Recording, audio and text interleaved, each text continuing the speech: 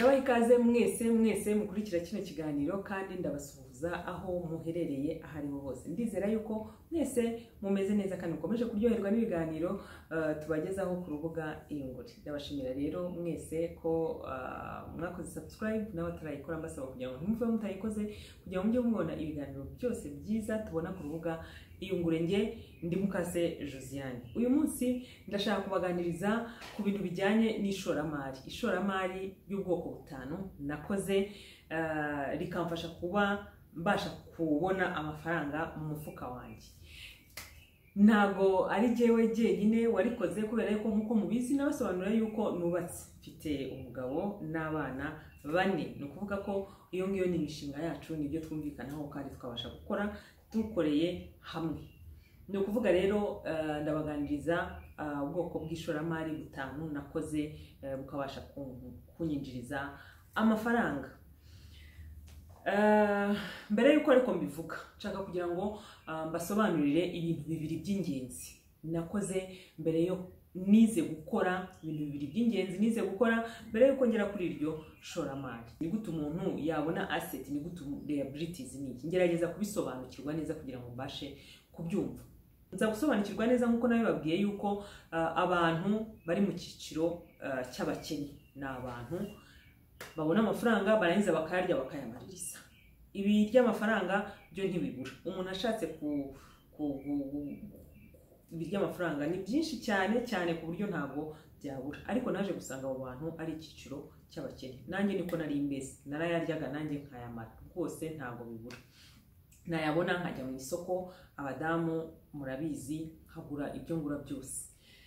Hanyuma nza gusobanukirwa yuko umuntu uciriritse ari umuntu rwose ufite amafaranga yaje ariko amaze kuza ayashyira mu bintu bituma asohora ayandi mafaranga. No kuvuga ngo ayagura inzu wenda kuri mortgage, ayagura imodoka, ibyo ngibyo byose birasohora amafaranga. Nta na kimwe gishobora kuba kimwinjiriza amafaranga. Ariko abo bantu bo mu cyiciro giciriritse usanga kenshi yibeshya yuko afite asset ariko atari asset muri rusange, ahubwo ari liabilities kuko ni expenses. Iyi modoka arava ku modoka imwe agahindura iyindi, akahindura marike, agahindura modeli, mbese ugasanga ari ibyo ngibyo. Akibwira ngo mu mukire ngo ni umuntu ufite amafaranga ariko nta mafaranga aba afite muri rusange. Nza kubona yuko umukire ari umuntu ubona amafaranga akayatwara muri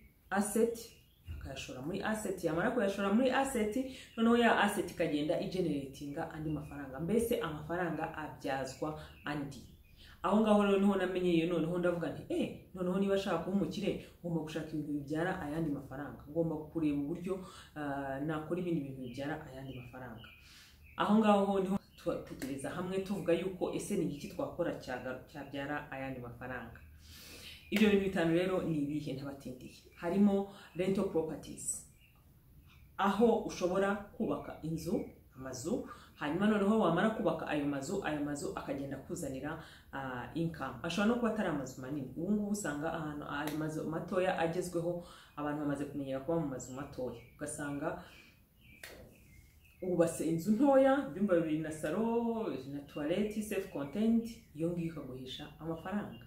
Hanyuma noneho uko ugenda uzubaka niko zizagera zizana amafaranga menshi. Kandi ikindi, iyo ni passive income nziza abantu benshi barekomendinga yuko umuntu yakora. Hanyuma noneho ukabasha kugenda ubona ayo mafaranga. Waranashaje udafite n'imbaraga zo gukora, ayo mafaranga azaguma aza. Icyo ngicyo ni kimwe cya rental properties gituma amafaranga agenda yinjira. Umuntu yakwibaza akavuga ati ibyo bintu ni ibintu bisaba amafaranga menshi cyane. Oya, ntabwo bisaba amafaranga menshi, ahubwo bisaba kugira ibyo wigomwa hanyuma ukagenda uyarundarundanya, ukagenda ukabasha kuyabona. Utangira bikeya ari kugenda uzamuka uko iminsi igenda yicu.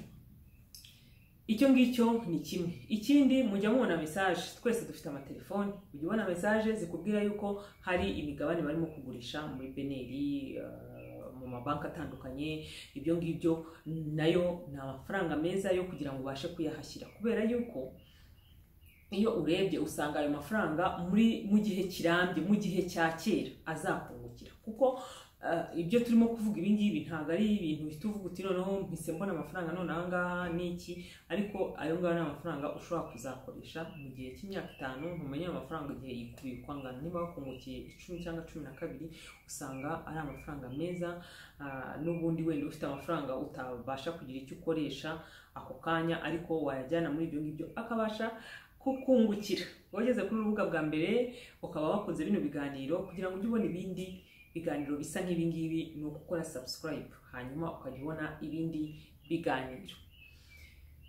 Irindi shoramari rya gatatu nakoze ni irya YouTube. Buriya YouTube yishyura amafaranga iyo imaze kuzuza ibyo basaba, kuko hari ibyo basaba kugira ngo ubashe kuba eligible kubona amafaranga ya YouTube.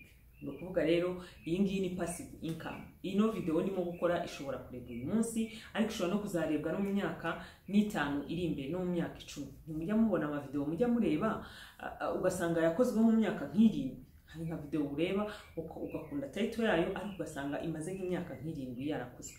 Ni ukuvuga rero abantu ni imwe muri business zimwe umuntu akora ikaguma izana amafaranga kandi usinziriye. Upfa kuba ufite content nziza, upfa kuba ibyo uganira n'ubwo bikunze. Ubu ngubu abantu basigaye bakorera amafaranga mu bintu ukunda. Nakunda kuganira haganira, ariko ukabyungukiramo nanjye mbyungukiramo. Niyo mpamvu dukunda kuvuga ngo please subscribe. Urumva rero iryo ngiryo nayo ni ishoramari. Iri ngiri naryo ni ishoramari nakoze rya passive income. Ikindi nakoze ni kubijyanye n'ubucuruzi nabwo ku ikoranabuhanga. Kuko ikoranabuhanga kenshi usanga ridutwara umwanya, ugasanga turarimaraho akanya, ariko abantu bakoreraho amafaranga na cyane, kandi byanateye imbere. Usanga rero kuri Instagram hariho boutique yitwa Dreamy Boutique akanyerezo 150. Iyo Dreamy Boutique icuruza ibintu bya deco. Izo deco rero zijyaho kugira ngo tubashe gucuruza. Umuntu nayishaka ahamagare. Nababwiye yuko umuntu adakora akazi kamwe. Ushobora gukora akazi karenze kamwe, upfa kuba ibyo urimo gukora bisabaho yuko byinjiza, kandi ugakoresha imbaraga zawe zose kugira ngo ubashe kubona amafaranga. Abantu batinya kuyavuga, abantu batinya kuvuga ibyo batunze, ariko ni byiza yuko abantu babiganira kugira ngo wumve yuko bishoboka. Nawe turimo kuganira muri aka kanya ukumva ni ibintu biremereye. Icyangombwa ni uko believe in yourself, kumva yuko wabishobora. Nta muntu ubivukana, nta muntu ntabwo uvuga ngo wavutse mu miryango ubifite. Oya, twese turabiharanira tukabishaka, hanyuma noneho tukabigeraho. Aho ngaho kuri Dreamy Boutique ushobora kuhasanga ibintu byinshi bitandukanye, birimo ibintu bya deco nk'uko nabibasobanuriye, kandi nifuza kugira ngo byagure nkomeze mbikore. Niba rero kino kiganiro ukaba uri umucuruzi, bino biganiro ntanga bikaba byaragufashije, nawe ubwo ngubwo wambwira nkagushaka ukamfasha gutekereza kugira ngo mbashe gukora ubucuruzi kandi bukore neza. Niba uri expert mu bucuruzi, ubwo nanjye nkeneye kukwigiraho. Ndabasaba rero kugira ngo niba hari n'izindi mwaba muzi mwe muri bino biganiro, kugira ngo bamwe twigire ku bandi. Twese wenda ntabwo tuzaza hano ngo tuvuge, ariko comment zanyu abantu barazisoma kandi zigenda zidufasha, kubera yuko bumva yuko atari ibintu nkora njyenyine, hari n'abandi bantu babikora. Iyo ubivuze rero biradufasha. Muri comment washyiramo iyindi investment, n'indi shoramari ryakorwa kugira ngo tubashe kwinjiza amafaranga mu mufuka wacu. Irindi shoramari nakoze ni rijyanye no kugira abantu ubujyanama. Kubera yuko iyo ugiriye abantu ubujyanama ureba noneho umuntu ku giti cye, ntabwo uvuga ngo ni muri rusange. Uravuga uti wenda uyu muntu wifuza wenda gutakaza ibiro runaka, ese ni ukubera iyihe mpamvu? Ese ubundi umubyibuho wenda ukabije awuterwa n'iki? Ese ukagerageza kureba ikintu gishobora kuba kitera uwo mubyibuho, ukagerageza no kumugira inama no kumufasha muri urwo rugendo. Ikindi ni ukureba wenda nka budget. Ese budget y'umuntu imeze gute? Umuntu ugasanga wenda afite abantu nk'umunani, afite abantu nka batandatu, afite situation itandukanye. No kuvuga ngo ngewe ntandukanye nawe, ntandukanye n'uyu, ariko noneho ku ruhande rwanjye ni igiki nakora. Ugasanga umuntu arakubwira ati ngiye nabuze umwanya rwose nta mwanya ngira, ariko wamuganiriza wareba ibintu akora n'uburyo yoganizinga umunsi we, ugasanga ahubwo umuboneye wenda nk'amasaha 5 ku munsi kandi we yaravuga ko yabuze umwanya. Urumva rero ni ibintu rwose bifasha abantu ku buryo butandukanye, kubera yuko ugenda ureba umuntu kaparika, ntabwo ugenda muri rusange ngo ugire inama abantu muri rusange. Ibyo rero kugeza ubu ngubu niryo shoramari navuga uko ari ubwoko butanu nkora, kandi ntekereza yuko mu gihe kiri imbere buzafasha, kuko iyo ushyizemo amafaranga agenda agaruka. Nubaraza ariko dukeneye yuko azaza ari menshi no gukora iyindi shoramari. Wowe ukurikiye kino kiganiro ukaba wenda hari ibindi bintu wakoze nawe ukabona bigenda, ndagusaba kugira ngo muri comment hasi ubishyiremo kugira ngo twese tubyigireho. N'abandi bantu bakurikiye kino kiganiro nabasobanuriye yuko ahangaha ari ukugira ngo dufashanye, turebe ibintu byafashije kanaka, ese nanjye byamfasha, hanyuma tubirebereho, natwe turebereho, tubashe kumenya ese ibi bintu twabikora gute kandi tukabikora neza kurushaho. Kubera yuko nasobanukiwe yuko usanga kenshi twebwe tudakunze kuvuga ngo ntunzi ibi, n'ubu ngubu kubibabwira ni byo kugira ngo tubashe gusangira. N'umuntu w'umukire ufite n'amafaranga urabimubwira hano akavuga ati reka nta mafaranga mfite, wamubaza uti ibintu ati reka nta bikigenda, kugira ngo abantu basharinge usanga bigoye. Ariko iyo ugiye mu bitabo bisangamo, kuko abandi bo barasharinga bakavuga na success zabo ahantu zaturutse, bakavuga n'ahantu bavuye, bakavuga n'ukuntu aho hantu bavuye batari abantu bafatika ko ibyo bintu yabikoreye kandi akabigeraho. Ibyo rero biguha morali, bigatuma nawe wumva yuko ibyo bintu wabasha kubikora. Ni ukuvuga rero impamvu mbaganije no kugira ngo twese tubiganireho, kandi tubashe kumenya ko amafaranga atari ayo kuribwa, amafaranga ari ayo gushora. Ugomba kubanza ugasobanukirwa neza icyiciro wifuza kubamo. Ese urifuza kuba umukire, urifuza kuba hagati, cyangwa urifuza kuba umukene?